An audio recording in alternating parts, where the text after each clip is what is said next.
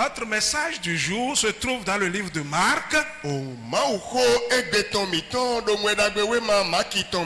chapitre 5, versets 22 à 24, et du verset 35 au 43e. Marc, chapitre 5, versets 22 à 24,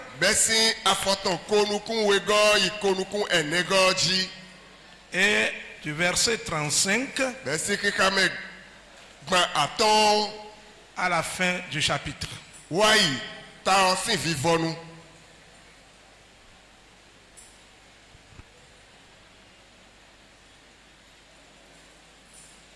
Vous y êtes? Oui. Alors vint un chef de la synagogue nommé Jairus. Bon, à gros plateau de peau, Jairus, qui, l'ayant aperçu, se jeta à ses pieds et lui adressa cette instante prière. Ma petite fille est à l'extrémité. Viens, impose-lui la main afin qu'elle soit sauvée et qu'elle vive. Jésus s'en alla avec lui et une grande foule le suivait et le pressait.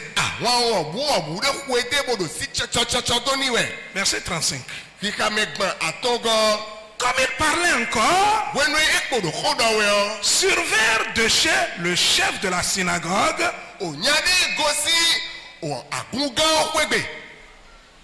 des gens qui disent: ta fille est morte, pourquoi importuner davantage le maître? Mais Jésus, sans tenir compte de ces paroles, dit au chef de la synagogue: ne crains pas, crois seulement.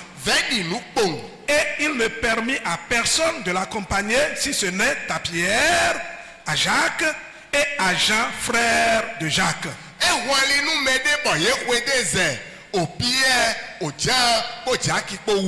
Ils arrivèrent à la maison du chef de la synagogue, où Jésus vit une foule brillante et des gens qui pleuraient et poussaient de grands cris. Il entra et leur dit: pourquoi faites-vous du bruit? Et pourquoi pleurez-vous? L'enfant n'est pas morte, mais elle dort. Et il se moquait de lui. Alors, ayant fait sortir tout le monde, il prit avec lui le père et la mère de l'enfant et dit à ceux qui l'avaient accompagné. Et il entra là où était l'enfant. Il l'a saisi par la main et lui dit: Talita Kumi, ce qui signifie: jeune fille, lève-toi. Je te le dis. Aussitôt, la jeune fille se leva et se mit à marcher, car elle avait 12 ans. Et ils furent tous dans un étonnement. Jésus leur adressa cette forte recommandation pour que personne ne sût la chose.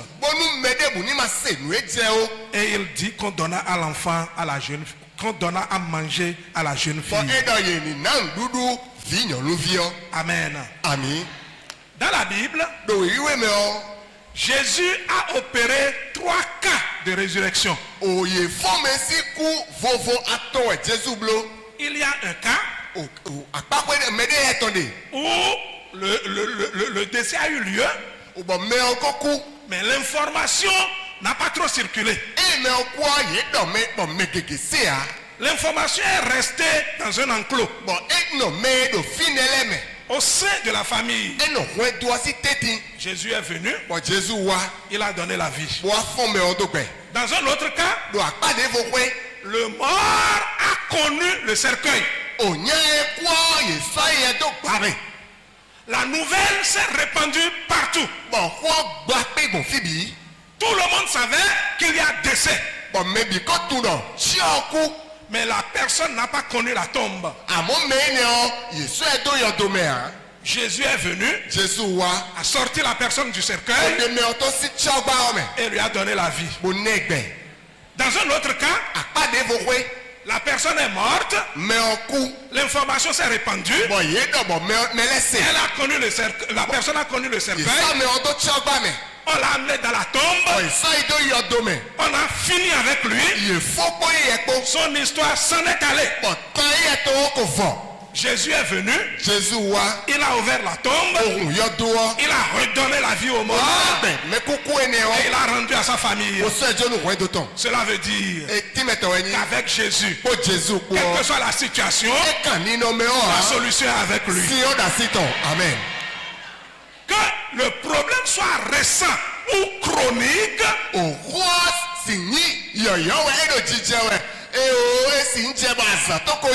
Jésus a la solution. Le cas que nous venons de lire, c'est le cas de l'enfant qui est mort et la nouvelle ne s'est pas répandue. Beaucoup de personnes ne sont pas informées. C'est le cas de la jeune fille. Mais l'histoire a commencé en présentant quelqu'un. Celui-là qui est mort et à qui Jésus a rendu la vie était fille de quelqu'un. Ce quelqu'un, la Bible a pris soin de le présenter. Il a présenté. Et c'est à partir de son action que la vie est venue à son enfant. On l'a appelé qui? Jairus. Qui était-il? Un chef de synagogue. Quand on parle de synagogue,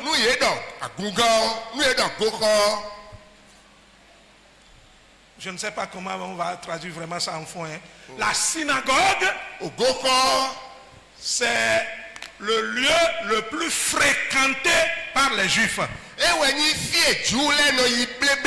C'est là où on se prépare vraiment pour Dieu. Et ce Jairus est le chef de la synagogue. La Bible a pris soin d'expliquer qui il est. L'acte qu'il a posé et les résultats qui s'en sont sortis. Qui est Jairus? Jairus était le chef de la synagogue.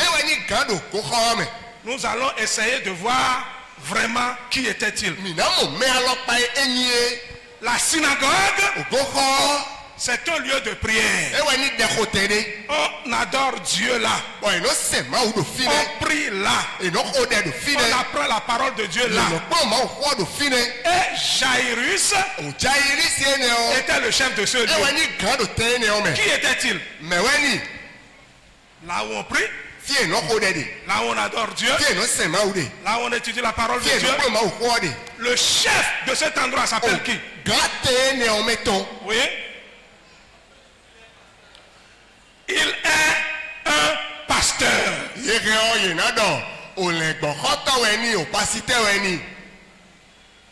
La synagogue, c'est un lieu où on juge les gens. C'est là où on décide du sort des fautifs.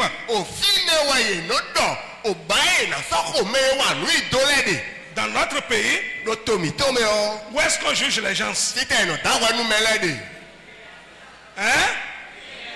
Au tribunal. Et Jairus Bon, Jairus est est un chef du tribunal. Wani gado wedo konsa. Il est qui? Mais weni. Hein? Un juge. Eni wedo to.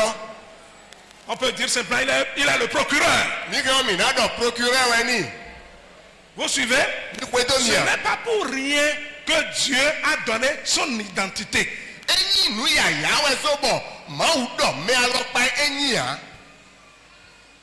À la synagogue, Do go home o. on apprend la loi. Ye no klonu si se o. Dans notre pays, Do tomi tome. où est-ce qu'on apprend la loi? Fite wa no klon se o de. Hein? Fite no klon se o de. Si quelqu'un veut être magistrat, Nous me déjonnons au magistrat, au roi docteur, pour connaître ouais, la loi, nous mettons. où est-ce que la loi s'apprend au pays? on a tout, c'est là, en fait, c'est là de Tobito. Hein? L'université. Au point, il dit à l'avant. C'est là où on apprend la loi. Le droit s'apprend à l'université. Au point, il dit à l'avant, et la synagogue, c'est un lieu où on apprend le droit. Et Jairus est le chef de l'université.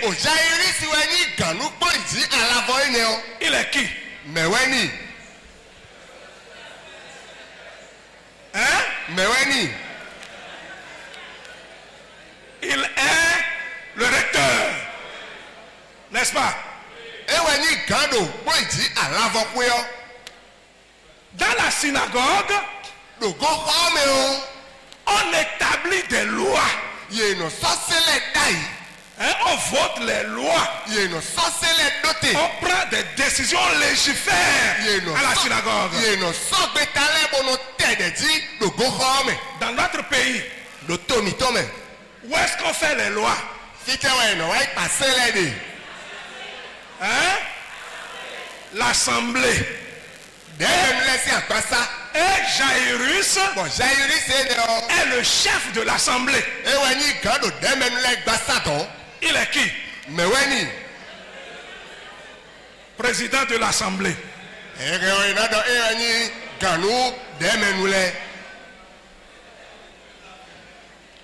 Ce Jairus,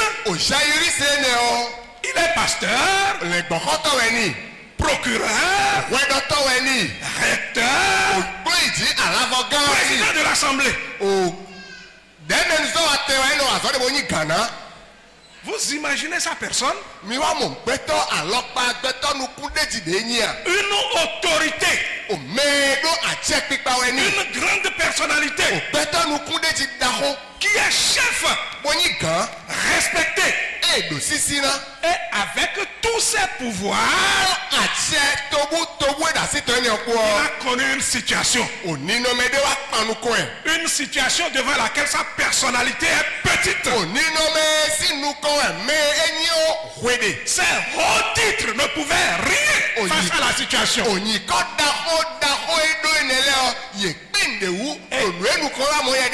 Il a cherché une référence. Et qui est cette référence? Jésus. Alléluia. Amen. Avec toute cette renommée, avec toute cette grandeur, dans sa situation, Jairus s'est référé à Jésus-Christ. Je veux te dire, dans toutes les situations, que Christ soit ta référence. Le grand roi David va dire, il est bon de se confier à l'Éternel que de se confier au roi. Il est bon de se confier à l'éternel, de se confier au noble. C'est un roi qui dit ça. Tous ceux qui connaissent savent que dans les situations difficiles, il faut chercher la référence qui n'est pas au milieu des hommes. Et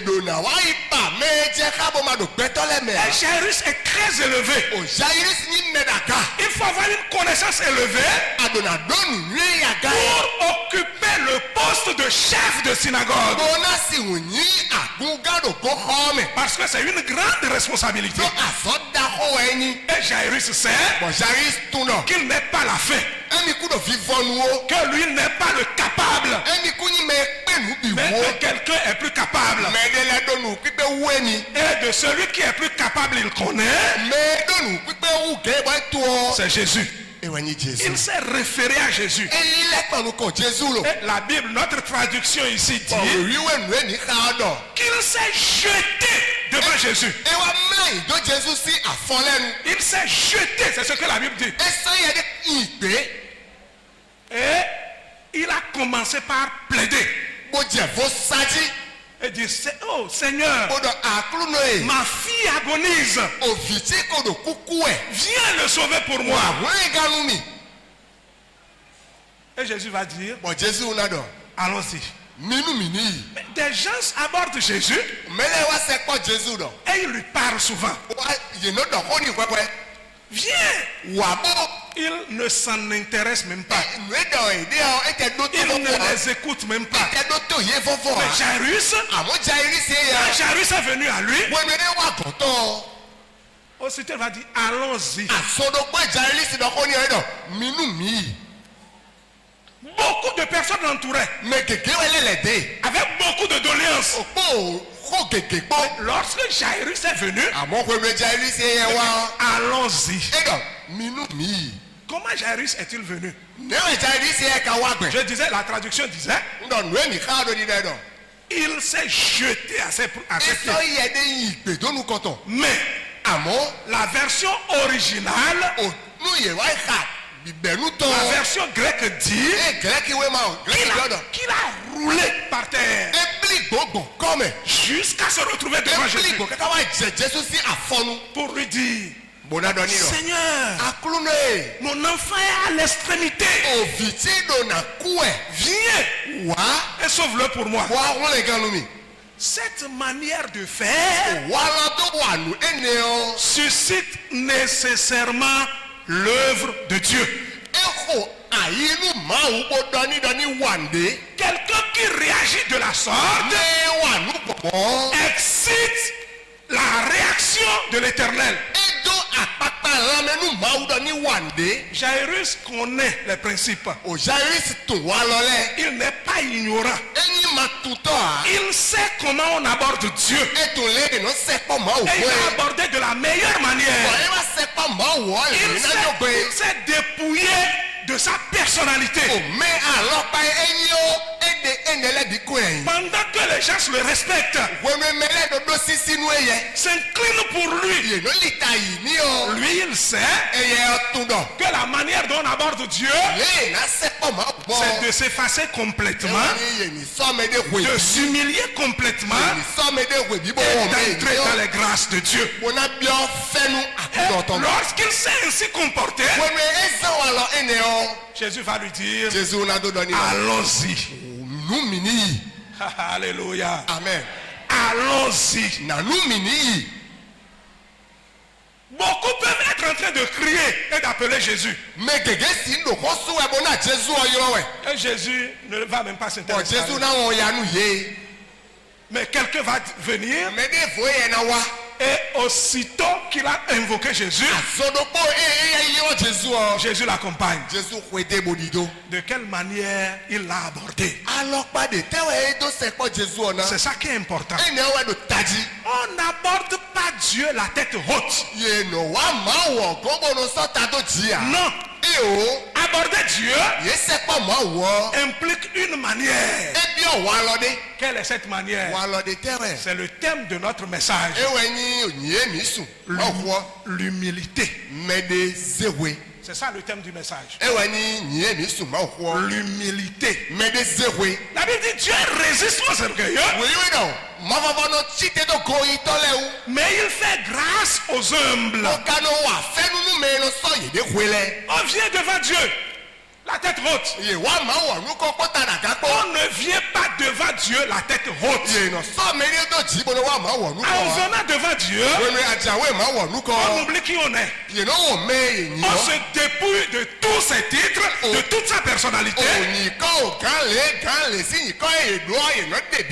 On vient devant l'Éternel en toute humilité. Vous savez, quand l'Éternel avait ordonné à Moïse de construire le temple, le temple avait 4 parties. Il y a le parvis extérieur. Disons la véranda. Considérons que le temple quitte ici et se retrouve à la colonne des premières ampoules allumées là-bas.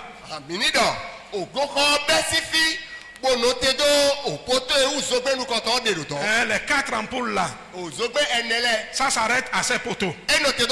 Donc ça quitte là et ça vient ici. Entre les deux poteaux là, c'est là le parvis extérieur. La véranda. Là, les gens peuvent rester là, ça attendre. La colonne qui est là, jusqu'ici, là, la colonne des groupes de la chorale, là où la chorale a installé là, la colonne là,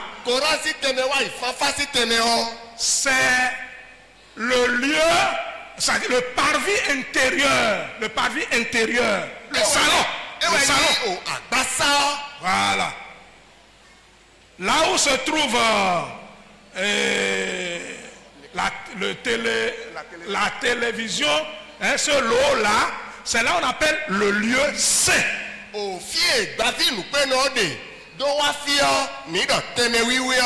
C'est là il y a l'autel des holocaustes,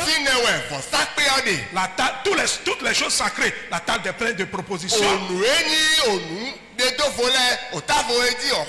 la cuve des reins, le chandelier d'or, toutes les choses sacrées, c'est là que ça se trouve. Et c'est là qu'on fait les sacrifices. Alors ce côté, on l'appelle le lieu saint. Et ici, on l'appelle le lieu très saint. Le saint des saints. Et entre ces parties et ici, il y a un voile qui sépare. Celui qui est ici ne verra pas celui qui est là-bas. Et celui qui est là-bas ne verra pas celui qui est ici. Il y a un voile qui sépare le lieu très saint des autres lieux. Voilà approximativement l'image qui nous est présentée à la télé.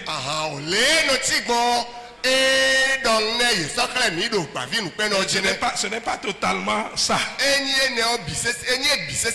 Donc si vous avez Bible Online, il y a les schémas qui sont dedans. Et il faut l'étudier pour mieux comprendre. Même si vous lisez la Bible dans le livre de Lévitique, ce que je dis là, c'est défini clairement. Voilà. Amen. Est-ce que vous comprenez? Ce que je dis, c'est un peu clair? Le lieu, le saint des saints, c'est le lieu où Dieu règne. Et une seule personne a accès à ce lieu. Bon, mais donc, pour aller à l'île, on a bien fini. Et qui est celui-là? Bon, mais le grand chef. Le chef suprême. Le pasteur des pasteurs. On l'appelle le souverain sacrificateur. C'est lui seul qui doit accéder à ce lieu. C'est le grand parmi les grands. C'est celui pour qui tout le monde s'incline. Et quand il te pose la main, il peut prier pour toi. Et toi tu es béni. Lui, il est la seule personne qui doit se tenir au lieu de ce dessin. Mais pour y accéder, il n'y a pas une porte où il va ouvrir et rentrer dedans. Non. Pour aller au lieu saint des saints, il doit passer sous le voile. Vous suivez? Le souverain sacrificateur, le plus grand homme parmi les hommes, pour aller devant l'Éternel, il ne va pas ouvrir la porte et aller sur les pieds. Il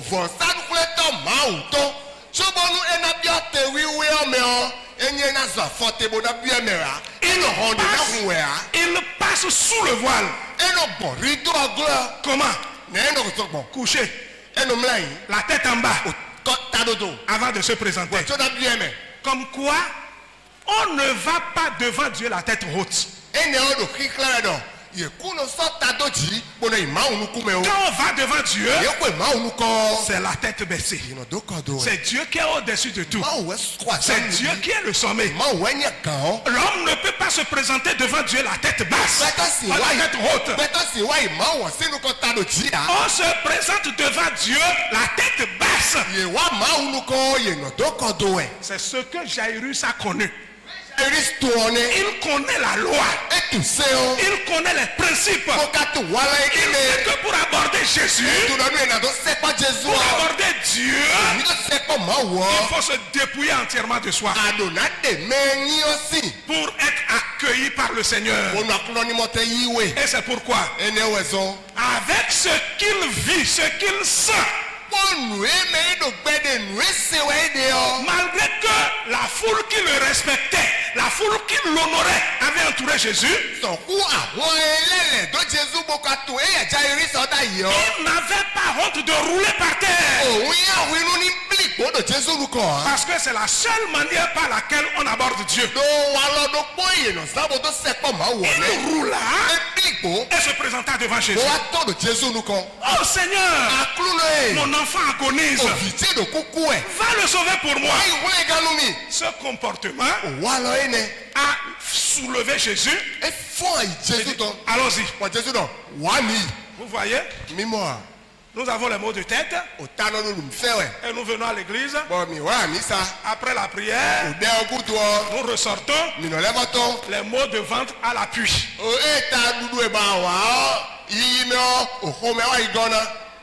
Ah, tu es venu auprès de Dieu. Comment tu es venu? C'est ça qui compte. On va devant Jésus avec l'orgueil. Le chef est venu. Moi-même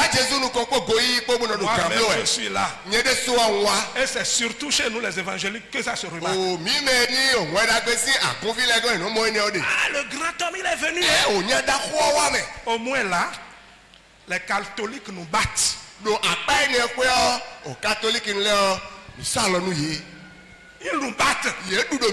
Voilà. Qui que tu sois. Si tu viens là, tu es là. Mais chez nous, même si la personne est un simple député, c'est le député qui est là. Au lieu saint. Ou bien, et ce qui est encore marrant, chez nous les Africains, quand la personne vient de l'Europe seulement là, il a déjà la moyenne sur nous. on le positionne au niveau le plus élevé et on lui donne une position qu'il ne mérite même pas. Quand un ministre vient ici, c'est le ministre, il va monter à la plateforme. Pourquoi? Parce qu'il est élevé. Les catholiques aussi comprennent ça. N'importe qui vient devant Dieu doit se dépouiller de sa personne. Si tu ne vas pas rester à ta place, ne viens pas. C'est un principe établi par Dieu. L'humilité. Se dépouiller avant de se présenter devant l'Éternel. Et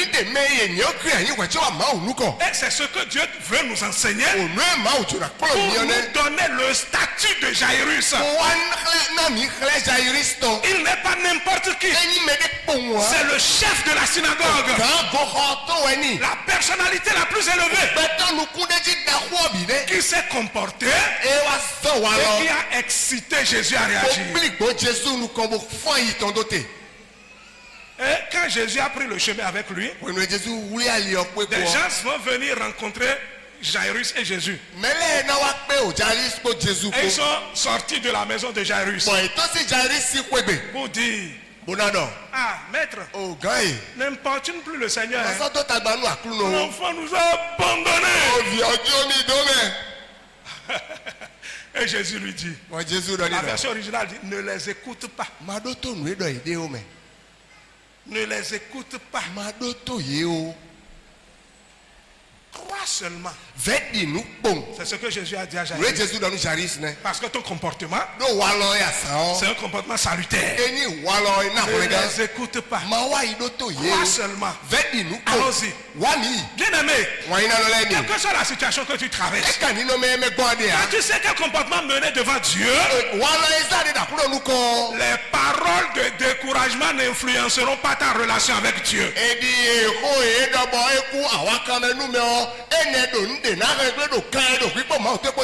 Papa, l'enfant nous a abandonnés.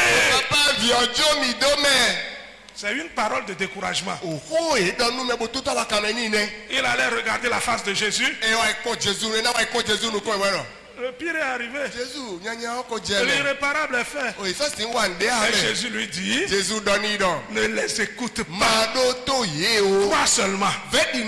Alléluia. Amen. Et quand ils sont allés à la maison, les gens étaient là, se lamentaient, pleuraient. Et Jésus leur a dit: et du calme. L'enfant n'est pas mort. Il dort. On dit: ils vont commencer par se moquer de lui. C'est ce que la Bible a dit. Ils se moquaient de lui. Et Jésus les a balayés. Et il va appeler la mère et le père de l'enfant. Allons-y. Et auprès de la fille, il va parler: Talita Kumi. Jeune fille, je te le dis, lève-toi.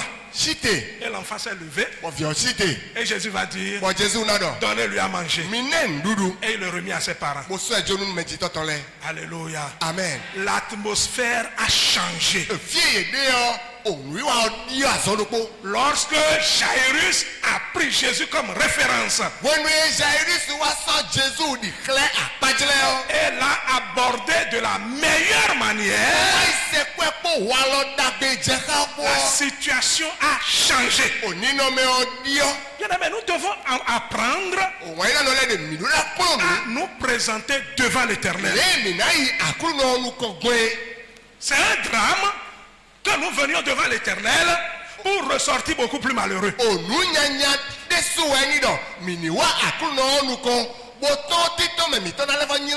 C'est un drame que nous venions à l'église pour sortir morts. On ne peut pas venir devant la vie et mourir. On ne peut pas venir devant la richesse pour s'appauvrir. C'est la manière dont nous venons. C'est ça qui nous détruit. Et c'est le comportement des évangéliques. Celui qui a un peu d'argent, si le pasteur ne se fait pas son esclave, son serviteur, si les anciens ne l'honorent pas comme cela se doit, il déclare, je ne donnerai rien. Parce que c'est lui qui en a. Quelqu'un qui a une capacité. C'est moi qui chante bien, ça marche. S'il ne me respecte pas, je ne sers pas. C'est moi qui joue bien, ça marche. Si je ne suis pas honoré, je ne fais pas. On est rempli de soi-même. Aucune humilité. Et le résultat donne quoi? Ça donne quel résultat? L'humiliation. Car la Bible dit Dieu résiste aux orgueilleux, mais il fait grâce aux humbles. Qui nous servons? Le roi des rois, le Seigneur des seigneurs. Il est certain, quand Dieu est dans le temple, il rentre, Dieu dit bye bye, je m'en vais. Parce que le grand même est venu.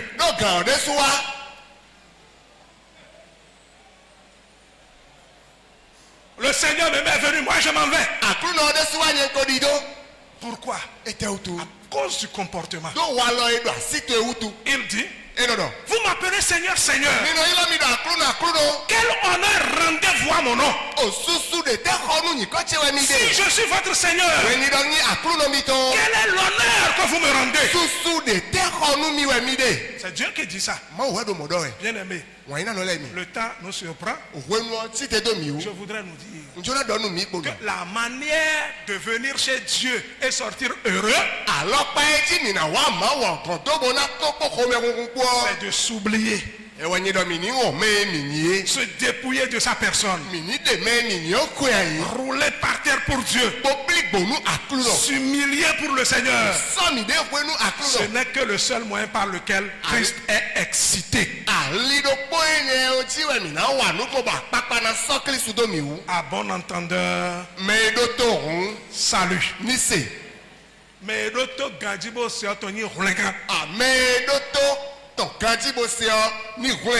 Amen. Amen.